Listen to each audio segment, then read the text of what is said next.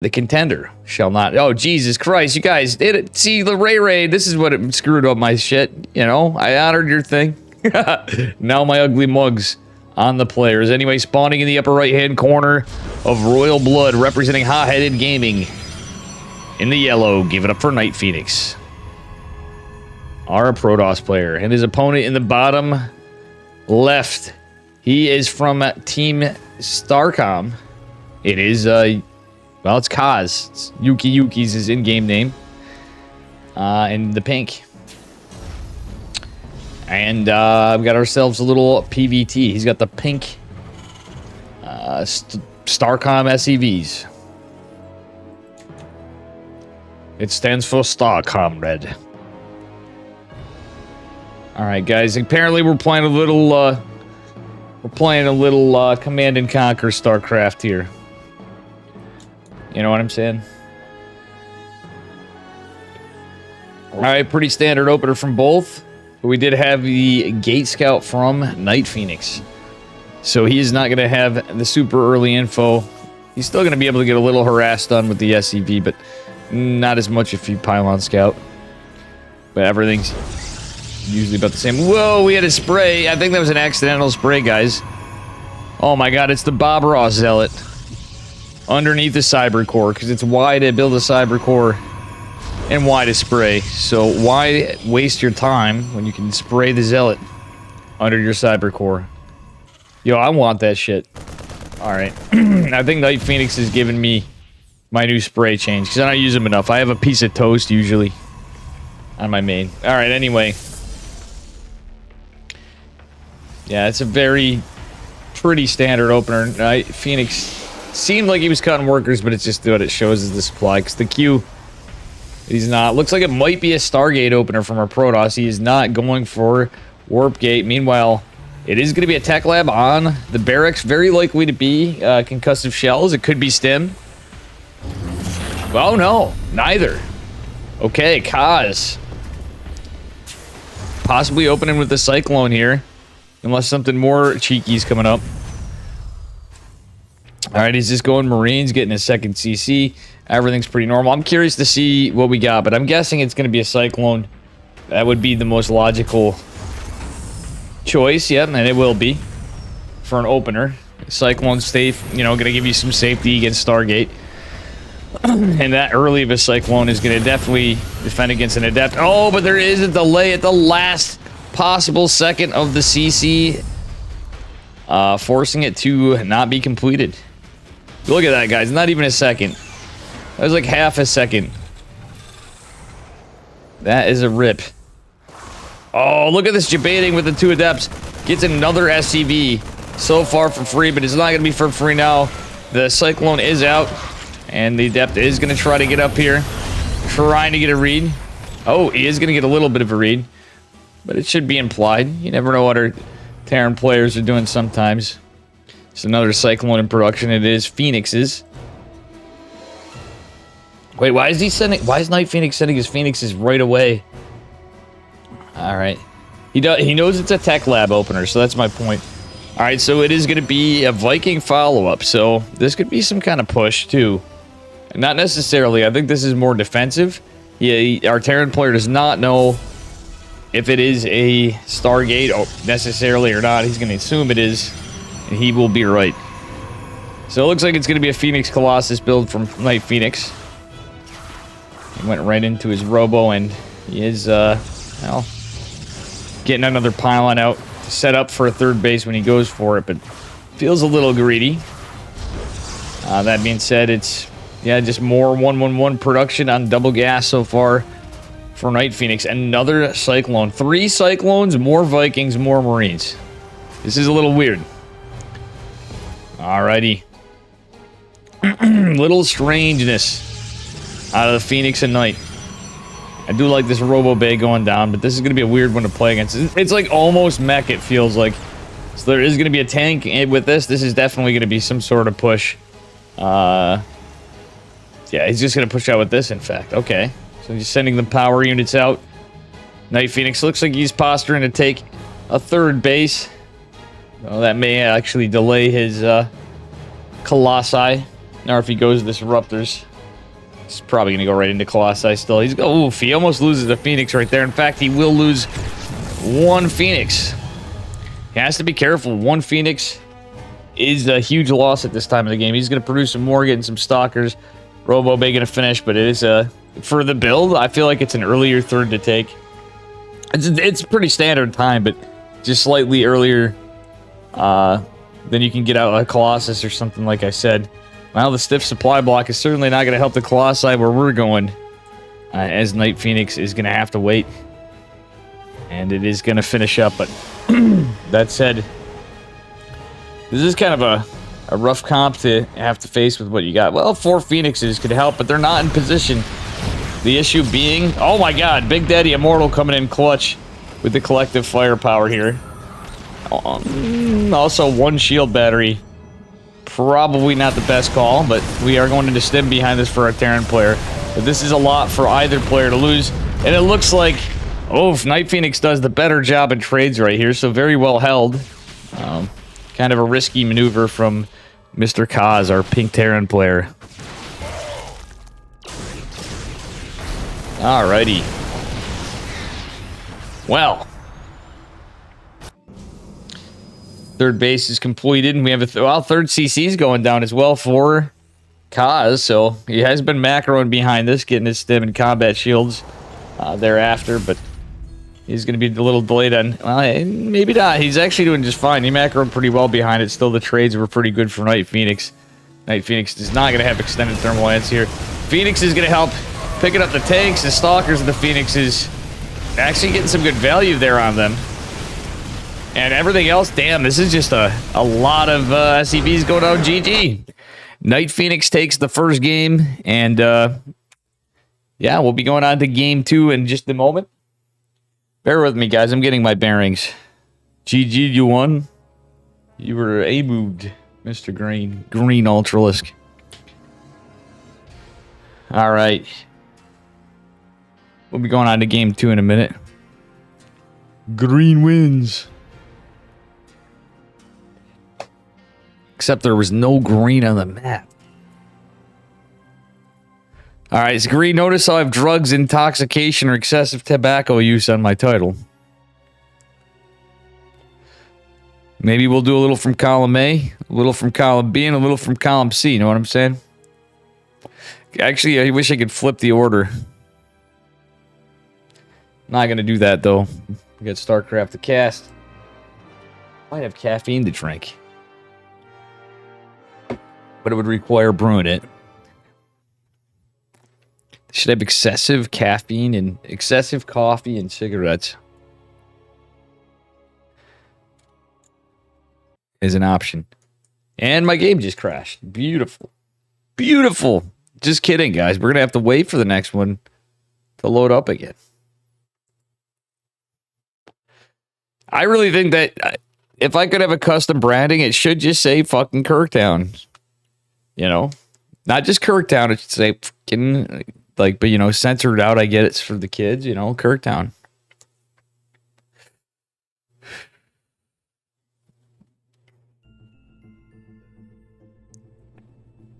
You know, worst case, Ontario, you get banned from Twitch. What the hell? It didn't even log me into StarCraft. This is fantastic start to the stream, guys. But that'd be okay. Fucking, what the hell's going on here?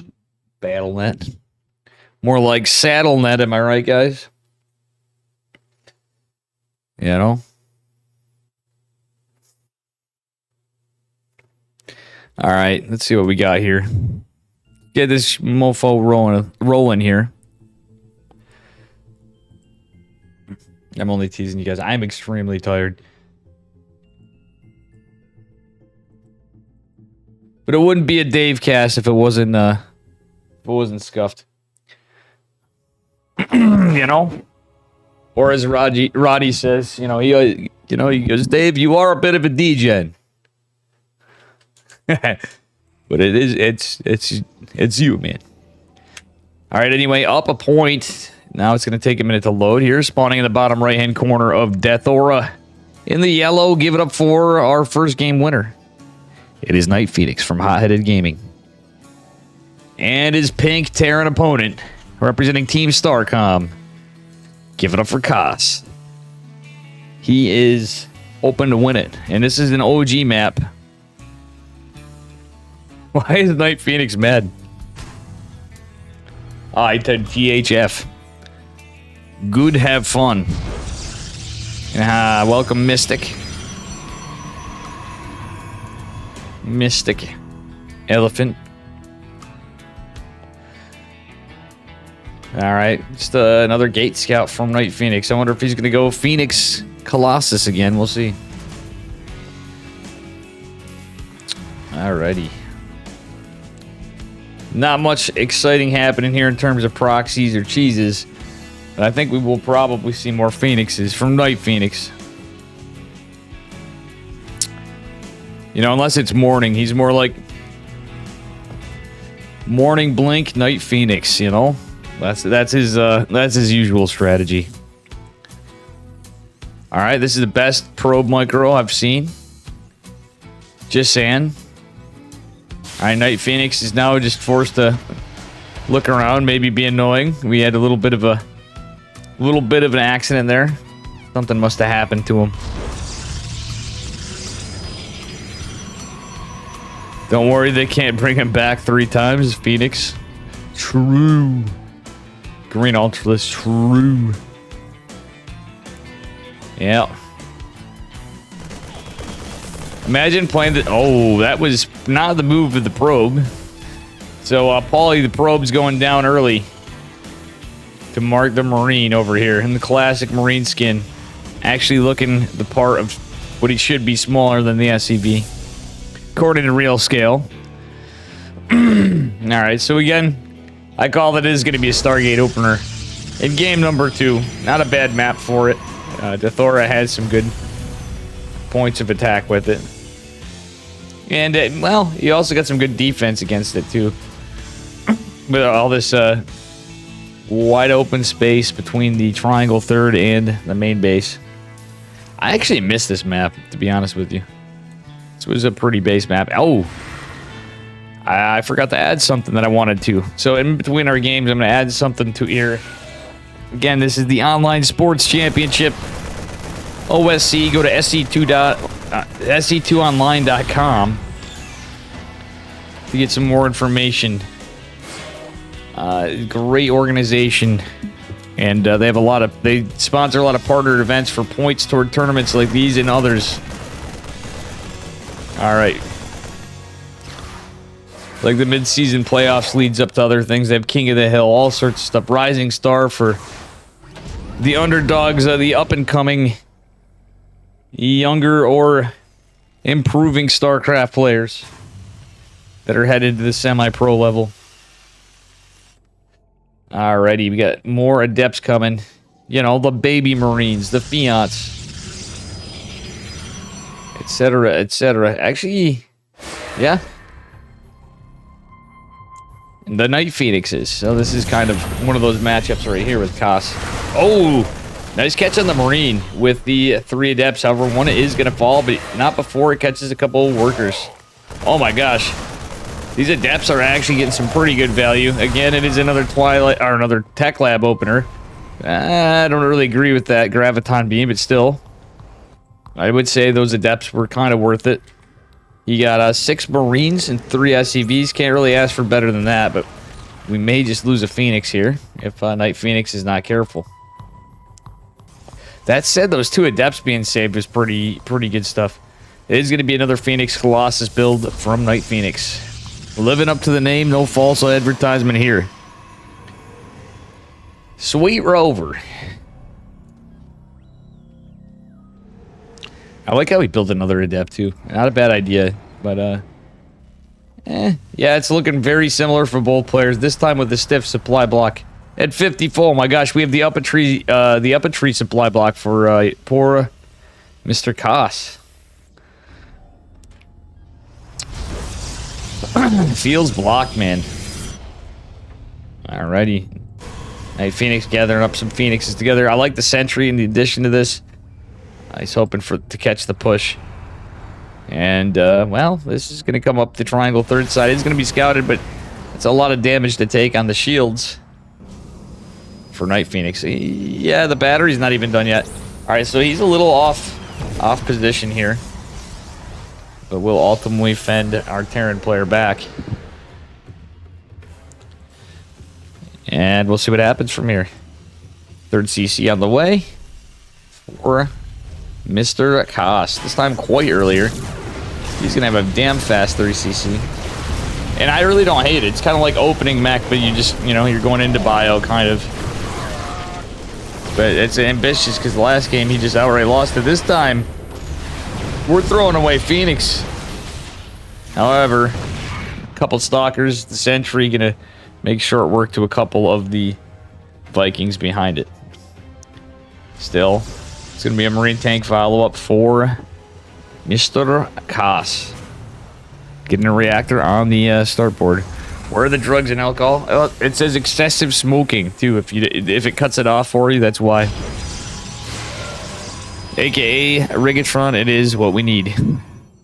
What's with a new warning? You have to put it on. That's actually from me putting it on, because they say you can be removed if you don't have it. Guys, remind me to change the mod here on there. I'm gonna add the OSC logo on the map after I made a little mod file. I think Eddie had one in the past. I couldn't find it. I ended up making one with the logo I had for casting the OSC stuff. How you doing, Daemonium and Rigatron? Oof. All right, Colossi getting some work done, but well, NightPhoenix is gonna want to be careful with this. Oh, he's trying to micro the Colossi back, but eats a bit of hull damage. Not ideal. Oh my god, that was a very unfortunate warping. Well, canceling the warping. And what the hell just killed workers? The Adepts? Thinking it was Adepts. Yeah, that had to have been a couple Adepts. I'm doing it extremely tired, but we're still casting. Couldn't do it last night because I thought I was gonna be able to leave earlier, and I definitely couldn't. So, yeah, it was too late to start. Alright, we're getting set up for a fourth base from NightPhoenix. And, well, he's, you know, scouting for drops, etc. But he is definitely going to posture for a fourth. With the extended thermal lance finishing up. Charge just started. We got Zelly boys coming. More gateways. Our Terran player on very good saturation on his third base. Going to push out before combat shield. Well, combat shields finishes pretty quick. I think this is all going to finish up, but he is going to have 1-1. Well, he's at least going to have +1 weapons in his push. But this is mostly tanks and Vikings. One thing going to NightPhoenix's face. Oh my god, is not that. He throws away a warp prism. It just, more like warp broken. The prism falls apart right before his eyes. And this is actually a terrifying push considering the comp. Now, if there wasn't a million Vikings, and we had consistently been building Phoenixes, it'd be a little different. But it's not the case. Still, the Marine, I was going to say medevac, Marine Viking Marauder push is going to be forced to retreat. And I do like the fourth base position taken from NightPhoenix. Alright, the scary thing for Terran, though, is the army supply is pretty damn close. The 4 tanks is a good amount. Once charge is finished up, which it has, it's going to look a little rough for Terran. Potentially with this army in the opener. When you have another robo bay coming, or robotics facility, rather, coming down. Still, everything very standard from both of them. We're in for a bit of a macro game unless the fight just goes in one of them's way.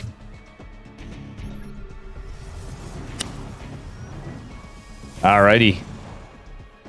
5th base going down for NightPhoenix. Well, the deuce. Good macro, honestly. It's a pretty normal time for a 5th if you can, but it's a little ballsy for Terran if you don't have the army, considering how Koss has been playing. It's been there. What does Lurk do? It's just when people are leaving the stream on and they're going away. Dame Rigatron. That's all lurking means in the Twitch chat. Now we got a little delay on the 4th, but not much for Kaz. But NightPhoenix is, again, macroing up pretty hard. It's not building any more workers than 78. It's not going to that perfect 80. Which basically just allows you another unit. Ooh, he managed to sneak out another War Prism, which is actually pretty good for him. There is a missile turret, but with that said, it's not the end of the world. Alright, NightPhoenix coming in with some pressure on the 4th, denying the planetary fortress and a huge zealot warping into the main base of Kaz. Kaz gonna chase this army down. NightPhoenix may even want to consider recalling. Oh, he's not gonna be able to. There's nothing really that shoots up just a few stalkers. Purification Nova, well, does make a bit of a contact. Second one does as well. Force Field's trying to get some time in here. And that's a very late recall. He's going to lose a Disruptor and some Stalkers, a couple Zealots. Meanwhile, the Zealots reigning supreme in here, forcing snipes from Ghost. And yeah, this is looking rough for Kaz. Zelly Boy's getting all the work done. A 5-base Protoss against this. With that said, it's a massive gate explosion, double a Disruptor and Blink on the way. Still, Kaz going into ship weapons and 2-2 on the way. It's not over, but it's looking, yeah, especially considering we have a good bank, more production coming from Terran and upgrades coming online.